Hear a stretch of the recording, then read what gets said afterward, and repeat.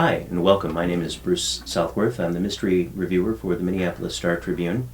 My guest today is Michael Connelly, the best-selling author of the Harry Bosch series, as well as several non-series books, including The Poet, Void, Moon, and Bloodwork. His latest book is A Darkness More Than Night, featuring Harry Bosch and Terry McCaleb, who was the hero in the protagonist in Bloodwork, and is among several others in his previous books. This latest book has been published by Little Brown and just came out in January of 2001. Michael's also the writer-producer of a high-tech crime drama television series called Level 9 on UPN, and we'll talk a little bit about that more as well. Welcome. It's a pleasure to meet you. Thanks for having me. One thing I should have mentioned is that the first book in your series, Black Echo, won the Edgar for the best first mystery novel back in 1992, and you won several other awards as well. Can you just run a quick list of a couple of them? And the Anthony was one. And yeah, the Anthony I've won a couple times, which they give out at the BoucherCon, the World Mystery Convention. Mm-hmm. I won, I think it's called the Maltese Falcon in Japan, and I won the 38 caliber special award from France. That's great. That's great. Let's start out by talking a little bit about the latest book, Darkness More Than Night. Can you describe the basic plot? You bring a lot of elements of the past into this. Yeah, I think the book is primarily an exploration of the character of Harry Bosch, the detective I've written about 6 times previous to this. Mm-hmm. I started this book with a question about Harry Bosch. I put him on a very torturous path, and I try to write from the world of realism. So in other words, I had to really look at this character and say, over this path that he's been on, what has it cost him? I think Harry Bosch is a character who dwells in the darkness. His life obsession or mission is in the darkness. And if I'm going to write about someone in realistic terms, I have to examine, what the human cost is of what he does. In this book, there's a character who likens it to the physics axiom of for every action, there's an equal and opposite reaction. You don't go into the darkness without some of it going into you. How much darkness is in Harry Bosch? That's essentially what I started with that question. Well, it's interesting, too, because you bring in Terry McCaleb from Bloodwork and Jack McAvoy from The Poet, and several other characters from previous books. Was that a particular challenge to bring those people back? And earlier readers would be very familiar with these people, mm-hmm. but newer readers may not. How did you try and handle that balance? Well, it actually came out of the organic process of the book. When I first said, I'm going to take a look at Harry Bosch, well, the previous Bosch books are all, the world is seen through his eyes. Mm-hmm. So I realized it would be difficult to take a deep look into the Harry Bosch character and the costs and so forth associated with his life choices in that pattern. So that was when I reached the decision I'm going to have to bring in another character to look at Harry Bosch. So when I came to that conclusion, the next question was, do I create a new character or do I bring somebody back that I'm already comfortable with and hopefully my readers are as well? Mm-hmm. And so that made the choice real easy to bring back someone I knew, and that became McCaleb. So once I set that in motion where I was going to have these two guys, then it became a little bit of a challenge, but I decided at that point I should make references to all the characters or all the books. Because everybody has this past, and all of these things are going to kind of come up in normal conversation anyway. So yeah, I mean, I think my books are all kind of moving on the same plane, same canvas, the same characters, and they can intermingle and so forth. Mm-hmm. This book, it really happens a lot. Yeah, I think that personally, anyway, that both Harry and Terry are alike in many ways. But at the same time, Harry kind of accepts himself as he is, and Terry sort of has to rediscover that acceptance of who he is. Do you think that's a fair assessment? Yeah, I do. I mean, especially about McCaleb. I look at these guys as Bosch dwells in darkness, as I've already said. Mm-hmm. McCaleb doesn't. He's in the light, but he's drawn to looking into the darkness. And as this book begins, he's almost in an idyllic situation, living on an island, away from the smog, away from crime, has a new family and everything. And before the first chapter is essentially over, he's hooked into going back into the darkness. And that's what you're saying, that lends to what you're saying, that he is in the process of accepting this is his role in the life, this is where he fits in. Yeah. For people who may not be familiar with the character, we should explain that he is a person who, in Bloodwork, was an FBI agent who was one of the top profilers and had a heart transplant after a 2-year wait. Mm-hmm. And that particular book was sort of just after his successful surgery and during his recovery. Right. So it was a period of time. And he ended up marrying one of the characters out of that book, who Right. appears in this book, Graciela, is his Right. wife, and they have a new daughter. Harry Bosch talks about being a tunnel rat and lost light during the time in Vietnam. Can you define those a little bit? Well, I wanted to, I mean, that comes out of my own, I guess, fascination with Vietnam. I was not old enough to go, but I was in the last draft, and so I paid a lot of attention to it when I was a kid. And I knew a man who was a tunnel rat, or rather, a tunnel rat worked for my father, and so I heard stories about what he apparently did, and it just fascinated me. So that was in my background, and that was something I built into Harry Bosch when I created the character. And so it's not an experience I've had, but it's an experience I've totally imagined for a long time, long before I was writing. And so hopefully that makes it more vital in the books, that it's something I've thought about a lot, and not just when I just wanted to write. Lost light is a concept has to do with the darkness. Harry refers to when he was in the tunnels and there was a total loss of light, that somehow there was always an ability to see, and that he labeled this, and guys he was with in the war labeled it lost light. And I think, what I'm trying to get out of that is a metaphoric quality, that there's also lost light in his world now. Well, that's one of the nice touches, I think, at the end of the book, not really revealing anything, is he's looking out over the lights of Los Angeles. He refers to the lights of Los Angeles as lost light. So in a lot of sense, I guess you could say he's still in the tunnels. I mean, in his own kind of tunnels. Yeah, I think there's the ongoing metaphor, and Harry's always looking, if you will, for the light at the end of the tunnel. This book, A Darkness More Than Night, the title was long, and I kind of knew going in, when I turned it in with a long title, that it might not be readily accepted by the publishers for marketing reasons and fitting it on a paperback novel and so forth. So I actually kind of built in that my second title would be Lost Light, in case the first one didn't fly. So that there was that aspect of it as well. I like this title. It just seems so appropriate. Again, let's talk a little bit about Harry specifically, and again, for some of the people who may not be as familiar with the character, tell me a little bit about where his name comes from. I mean, Harry Bosch, it's short for Harmus Bosch. Right. And so he's named after the Dutch painter, as I understand. Right. There's a painter named Harmus Bosch from the 15th century, and his work was, the unifying theme of all his work is, I guess, a warning against the wages of sin. His work is mostly depictions of a world gone wrong, a very chaotic world, essentially warning that it is often our own passions that overtake us, that do us in.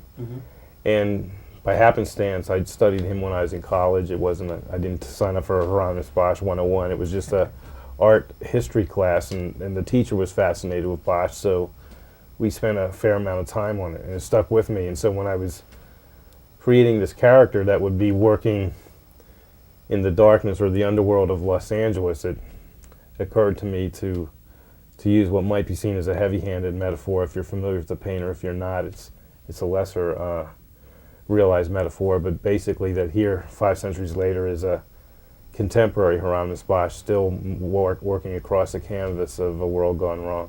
You have a reading that you do from the book that actually kind of goes into that background a little bit, as Terry McCaleb is exploring the connection between the painter Harmus Bosch and the detective Harmus Bosch. You mind going? Sure.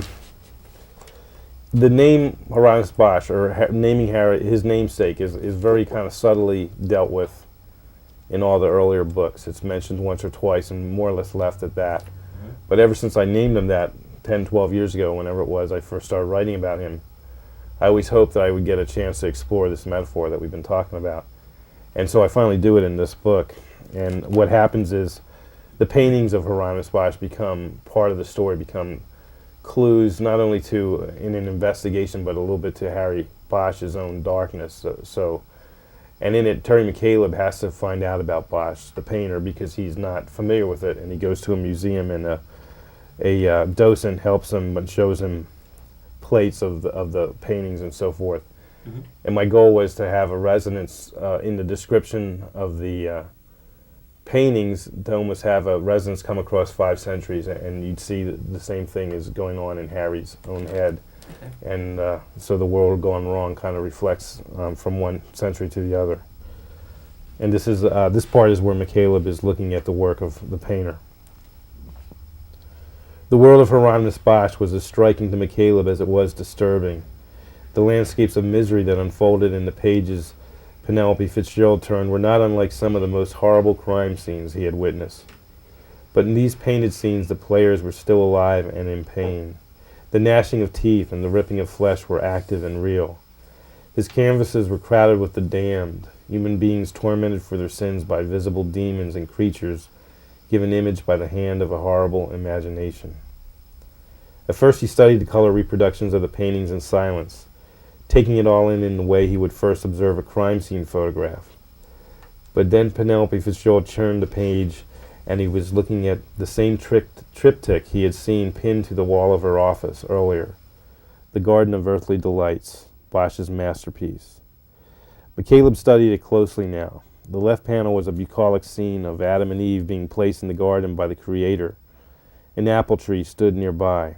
The center panel, the largest, showed dozens of nudes coupling and dancing in uninhibited lust, riding horses and beautiful birds, and wholly imagined creatures from the lake in the foreground. And then the last panel, the dark one, was the payoff. Hell, a place of torment and anguish administered by monster birds and other ugly creatures. The painting was so detailed and enthralling that McCaleb understood how Fitzgerald could have stood in front of the original for 4 hours and still not claim to see everything. I'm sure you are grasping the ideas of Bosch's often repeated themes by now, Fitzgerald said. But this one is considered the most coherent of his works, as well as the most beautifully imagined and realized. McCaleb nodded and pointed to the 3 panels as he spoke. You have Adam and Eve here, the good life until they eat that apple. Then in the center you have what happens after the fall from grace, life without rules. Freedom of choice leads to lust and sin, and where does all this go? Hell. Very good, and if I could just point out a few specifics that might interest you. Please. She started with the first panel. The earthly paradise. You are correct in that it depicts Adam and Eve before the fall. This pool and fountain at center represent the promise of eternal life. You already noted the fruit tree at left center. Her finger moved across the plate to the fountain structure, a tower of what looked like flower petals that somehow delivered water in 4 distinct trickles to the pool below. Then he saw it. Her finger stopped below a small dark entrance at the center of the fountain structure. The face of an owl, the symbol of evil, peered from the darkness. You mentioned the owl before, she said. Well, its image is here. You see, all is not right in this paradise. Evil lurks, and as we know, will ultimately win the day, according to Bosch, that is. Then going to the next panel, we see the imagery again and again. She pointed out 2 distinct representations of owls and 2 other depictions of owl-like creatures. McCaleb's eyes held on one of the images. It showed a large brown owl with shiny black eyes being embraced by a man. The owl's coloring and eyes matched that of the plastic bird found in the victim's apartment. Terry, do you see something? He pointed to the owl. This one. I can't really go into it with you, but this one, it matches up with the reason I am here. Well, a lot of symbols are at work in this panel, she said. That is one of the obvious ones. After the fall, man's freedom of choice leads him to debauchery, gluttony, folly, and avarice, the worst sin of all in Bosch's world being lust. Man wraps his arms around the owl. He embraces evil. McCaleb nodded. And then he pays for it. Yes, then he pays for it. As you notice in the last panel, this is a depiction of hell without fire. Rather, it is a place of myriad torments and endless pain, of darkness. McCaleb stared silently for a long time, his eyes moving across the landscape of the painting. He remembered how she had described the night sky of the painting earlier. She had called it a darkness more than night. Thank you very much. Well, I think I'm hopefully a better writer than I am a reader. So I'll try. You did terrific, just terrific. Now, with some of that background and a lot of that research that Michaela was doing at that point, as the novel progresses, puts Harry in basically a kind of a tight fix, shall we say. Well, while he's attempting to be the lead witness for the prosecution of a murder trial, so there's a whole long, very detailed courtroom scene going on here.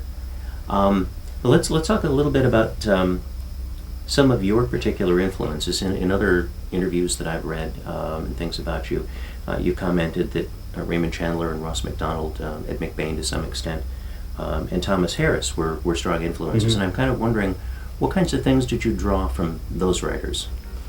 Well, starting with Raymond Chandler, I'm sure I would not be sitting here if I had not discovered his books, because it was the discovery of his books that made me change from being a voracious reader of crime novels to wanting to someday write them. And it changed the whole pattern of my life and schooling and so forth. And I think just what gripped me about his work was his ability to plant his character in a place, being at Los Angeles, and just realizing it so well. And when I read these books, I never even set foot in Los Angeles, but I just felt that I knew it.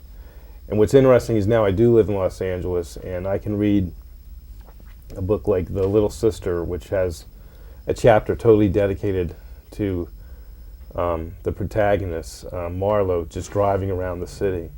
It was written more than 50 years ago, but it stands up. He's describing Los Angeles today, and that really showed the true art in his work.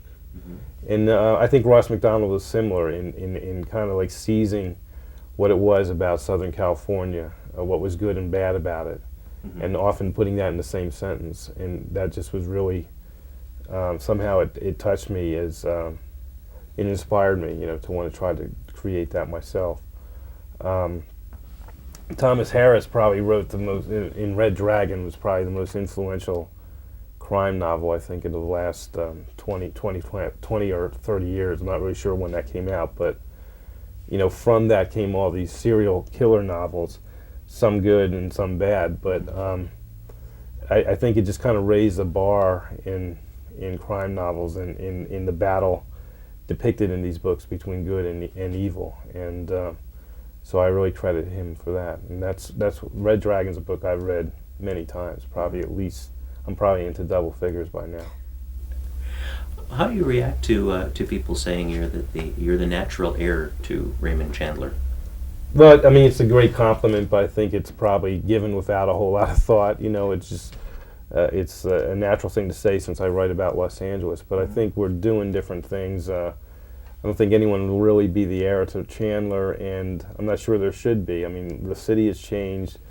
The genre of the mystery or the crime novel or whatever you want to call it has also evolved. In his books, you knew very little about Marlowe, and then, like, say the next heir, or MacDonald, he even said himself that when his character Archer turned sideways, he disappeared.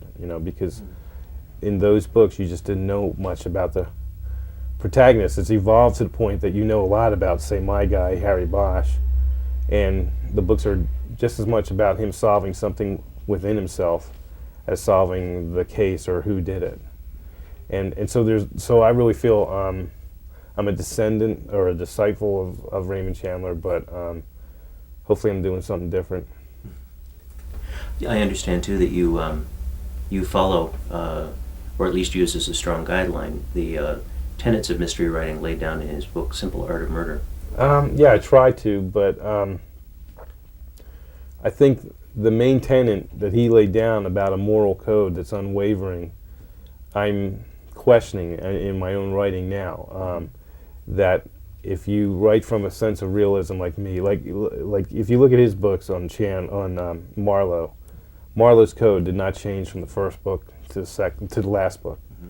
He had this unbending code of morality, and that's what Chandler offered basically in his coda, The Simple Art of Murder. I'm wondering about that now because I think my character has evolved over time, and he's been through some changes, and he's been down a torturous path, And it just makes me wonder if someone's code would not evolve also, if it would shift some. And in this book, I think I kind of answer that question. Yeah, at the same time, his sort of philosophy seems to be what goes around comes around, and I'm not sure that's really changed too much. No. Yeah, I'd agree with that. Yeah. Let's talk about some of the other things you've got going on now. I understand that several of your books have been optioned for film. Is anything progressing on that line, or do you know?